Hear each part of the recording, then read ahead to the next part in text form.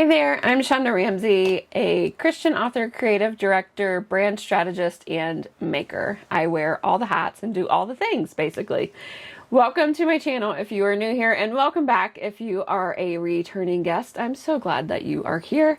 Today I am going to just jump right into it because this is the new format and this is how I'm going to do things. So this week we are going to talk about actually finishing writing that book that you've started to write a million times over. The reason why I chose this as my topic is because it's one that hits really close to home right now and is something fresh on my mind because I myself am dealing with this very thing. So about 5 years ago, I started writing a kind of series. At the time, I didn't know if it was going to just be a trilogy or if it would be something more.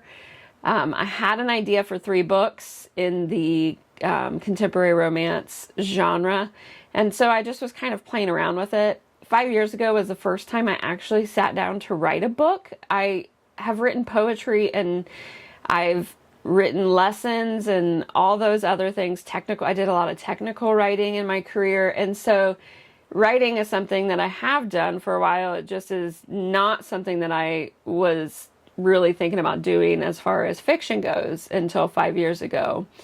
And when I was testing it, it was kind of funny how it all came about. That was when NaNoWriMo was still going on, and I decided last minute that I was going to do NaNoWriMo. Literally like a week before it started, I signed up. And so that didn't give me a whole lot of time to prepare for the work that I needed to be writing. And so I decided to adopt the pantser mentality for that book. And boy, did I struggle through the whole process. Now, I did hit 50,000 words the month of November when I, really put myself to it. And that showed me that with determination and very strategic scheduling, I could in fact do it. And that alone was worth trying to do it, right? So I think before that, I didn't think that I could do it. I work as a graphic designer throughout my day. I run a business. I have a brand that sells products. And so I was stretched pretty thin. So my writing time was not your traditional, just come to my office, sit down and writing time. I was not a full-time writer 5 years ago. Really, I'm not today either. But I was able to figure out a way to schedule it. Now, if you watched last week's video, I shared with you in that video that I do not have children. And so my schedule is much different than that of those with children. So just bear that in mind, that because I was able to find time doesn't mean, that you may be able to find time. Everybody's schedules are different. I just like to work with my strengths and try to be strategic in my scheduling. It kind of goes along with that same video where I talk about stewarding my time well and picking things that are moving me forward in the direction of the calling that I feel placed on my heart. So that is how I was able to get real serious 5 years ago and write 50,000 words in book, actually number 2 of the series that has recently come out. Now, what I found was I really struggled because I was a pantser for that whole thing, and it lacked the structure. And to be honest with you, I maybe didn't know exactly what would make a good book, and I just was winging it at that time. And so I abandoned it. It happens. You get started and you're like, this is garbage. And so you abandon it. I did that. And after I abandoned it, I decided to tackle a project that was kind of coming to surface during that time. It was my own story that kept coming out, which was confusing me and my characters. And so I felt that that was God nudging me to really work on this nonfiction idea that kept coming up. So I did. And that is how Authentically Anchored was born and published shortly thereafter. So that was the first book that I actually published. It's a Christian devotional, non-denominational. It has parts of my story woven in with it and the lessons that I learned. And during that writing or that creation of the nonfiction book, I learned the importance of outlining or plotting, if you will. And I honestly didn't think that I was going to be someone who wanted to plot. I thought for sure that I was going to be a pantser 100%. And what I learned surprised me, that I actually love structure and need the structure in order to successfully write my books.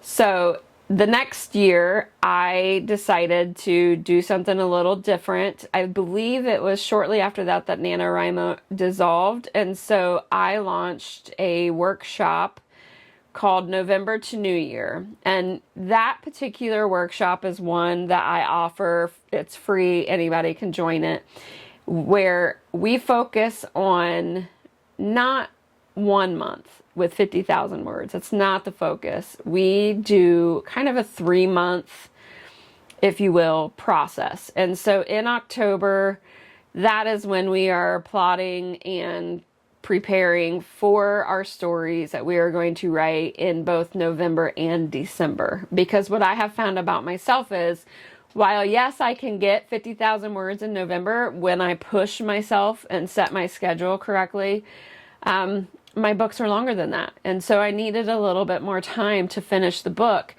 And my goal shifted a bit. So now my goal is not to get it all done in 1 month. It's to give myself 2 months of writing to try to get my messy first draft done by the end of the year. And by doing that, I actually was successful in coming up with book 1 of my series, which is out now. It's called Without Reservations.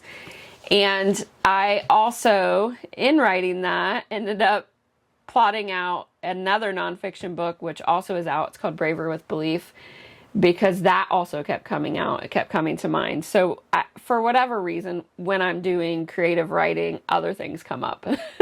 So I end up usually having multiple works in progress at once over, the process of however many years it takes.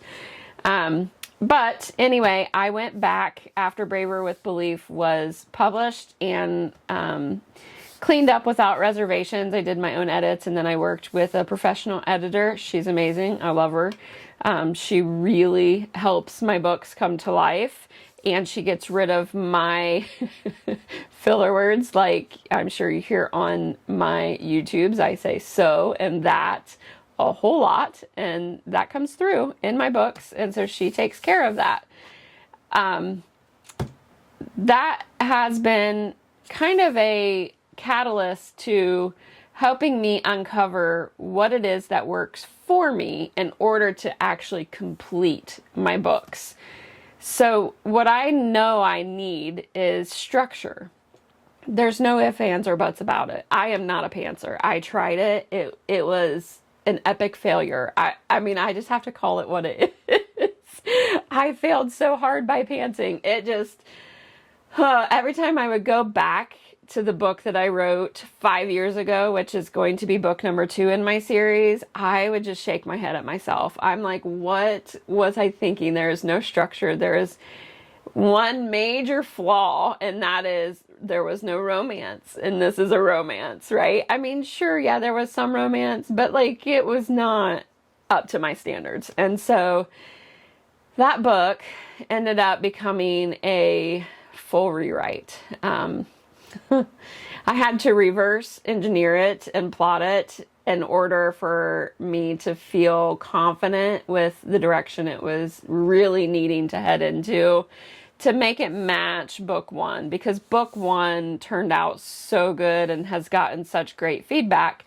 I knew that book 2 needs to at least match it, if not, raise the bar a little bit. And so I really have had my work cut out for me on book 2, and it has taken me far longer than I thought it would to do the rewrites and my own self-edits. But Thankfully, I fully handed it off to my editor last week. It's on her plate now, and so I am just going to step back from it a little bit and give my mind a reset, because it definitely needs that. So now I have to move into book 3 of the series. This series is going to be a 6-book series plus 1 bonus book. And when creating a series, again, never done this before. I was not prepared for the level of work this was going to take. You can't just sit down and write a series. It's really not how it works, right? So I have come up with ways to do that. And I'll share with you the tools that I use and what helps me kind of keep everything organized, because the one thing about my series is they are standalone books. And while they are standalone books, there are Easter eggs that travel from each one. And so you could miss it. Like if you read book 1, there are Easter eggs in there about other books. But if you just read through it and aren't really paying attention, you might miss it. But it doesn't really mean if you go pick up the next book that you have to go back and reread book 1. Not at all. Excuse me. So the way that I track everything is in a couple different programs. The first program that I use is Notion, and that has what I refer to as my series Bible.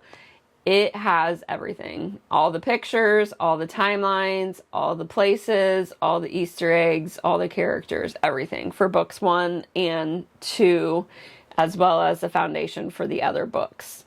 Now, I was finding that Notion was lacking plotting abilities that I need. And when I plot, because I'm so thorough, I was using a spreadsheet as well as Word and Notion.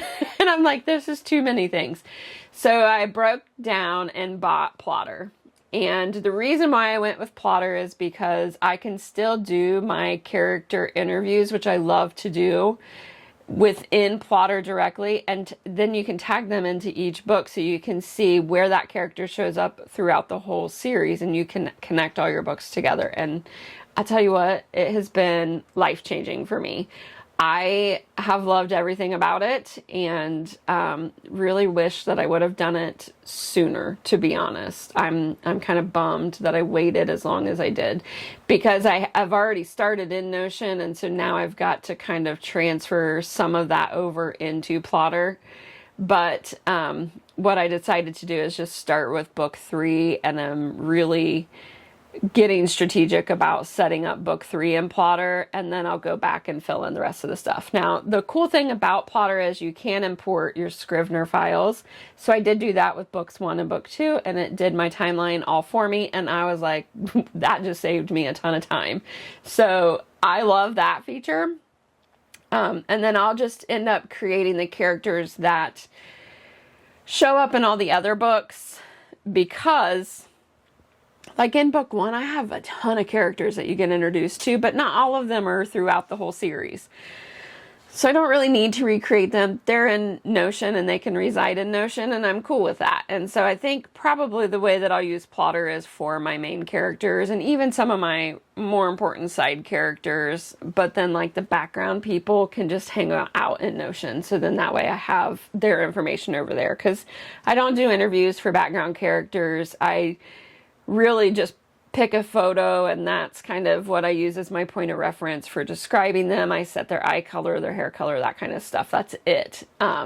If it's important to the story, not all the time is it. So those are the 2 tools that I was using for kind of like character and world building, and plotting. And I think going forward, I mostly will stick with Plotter once I get that up and running and set the way that I need it. And then for writing, you already heard me say I use Scrivener. Hands down, 100%. That is probably my favorite writing software out there that I have found. And I've tried a couple of them, and I keep going back to it. So Scrivener is great for that. And then for my structure, I actually do follow Romancing the Beat, which is a book that I read, and I will put the information in the description on the author because her name just escaped me. But I'll make sure to include that so that you can go check it out. It's really cool. It's kind of like Save the Cat, but it is more structured for romance. And so it really helps me give my romance books the structure that it needs. Now I do it maybe a little different than what some do because I've adapted it slightly to fit my style of writing. Also, I write in dual POV, and I found that Romancing the Beat didn't really discuss dual POV to the point of how I write it, and so I had to kind of adjust it slightly to fit my style. But it's great. And then again, it gives it structure. It keeps everything simplified so that way I know what's coming and consistent from book to book. So again, when you do those things, that's going to reduce that brain width power, as I call it, and you're not going to have to keep spinning your wheels because you're going to know exactly what you need to do because it's the same, right? So having something like that is really important to help you finish your book that you've set out to write. If you don't have those structures and those habits in place, then it makes it a little more difficult really to finish. So I think that the other thing that then comes into play is edits. Now, there's a lot of talk on, do you edit as you write? Do you edit after you write? Well, it kind of depends. It really does. I am someone who, my background was in technical writing and proofreading. I actually worked for a company that manufactured airplane propellers, and my sole job were the manuals. And so I see things sometimes, and sometimes I still miss them because I am human. But sometimes things will jump out at me and I have to fix it because it bugs me if I do not. So those are the things that I will try to catch. I'm not going to be doing heavy edits of like cutting and pasting, big chunks of it, the more developmental side of things, until after I've written the full manuscript, because I'll be honest, sometimes when I get to the end, I may change something and then I have to make a note to go back and try to find it and fix it later. I've done that so many times, and it's not anything usually that's like detrimental to the story. It might just be like a small fact. Like for instance, I'll use book number 2 in my series. More recently, I was looking at my timeline and it just wasn't working for book 3 because each book, the timeline is one right after the other. And so it has to kind of work. And so when I set up a specific event to happen, it was going to be in August, and I'm like, that can't work. And there were cake flavors that were picked for the event that they were having that were more summery. And so because I had to change the date to a fall date, then obviously that has to change because we're not going to be having lemon in the fall. We might be having something like cranberry or pumpkin or, some other kind of flavor. So it's things like that I have to do after the fact. If I focused on it while I was writing, I don't think I would write the story because I would get lost in wanting to edit all the time. So I really push myself to try to write the full story. And the way that I do that is the 2-month process that I have set. So technically it's a 3-month process. I give myself 1 full month for outlining. I give myself 2 full months for writing the first messy, rough draft. I just get out what I need to get out. If I need a placeholder, I put a placeholder. Like book number 2, again, there was a song that I needed to write. I'm not a songwriter. I'm a fiction writer, but I'm not a songwriter. And so I needed some time on that. And so I just left a placeholder until I was able to go back and actually write the song to go in that particular moment in the book. So these are things that you can just do to kind of help, get your book the structure that it needs. And the more that you work on your habits and work on setting things up, the easier you're going to find writing your book to be, and the quicker you'll be able to do it. And then before you know it, you'll be able to publish and move on to the next project. So I just wanted to encourage you today to not give up. If it feels like it's taking forever, if it's been 5 years like it was for me, have hope. Don't worry. It will get to where it needs to get to with consistency, determination, and friend, don't give up. Just keep going because the world needs to hear your story. Thanks, guys. I will talk to you later.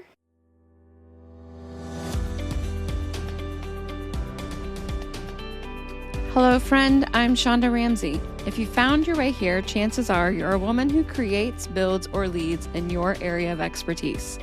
Perhaps you may even be all three. And if you're looking for a space where faith, creativity, and business belong together, you are in the right place. I write and publish both nonfiction and clean romance books. I run a creative direction and brand strategy business, and I make handcrafted goods through my brand, Oh So Shonda. I've been building things on my own since 2017, and everything I share here comes from something I've personally done, figured out, or had to learn the hard way. On this channel, you'll find honest conversations about the writing life, brand strategy, and creative entrepreneurship, and the faith that guides us. I'll be teaching by sharing genuine conversations for the woman who is doing the work. I'm so glad you're here. Subscribe so you don't miss anything, and let's build something worth building.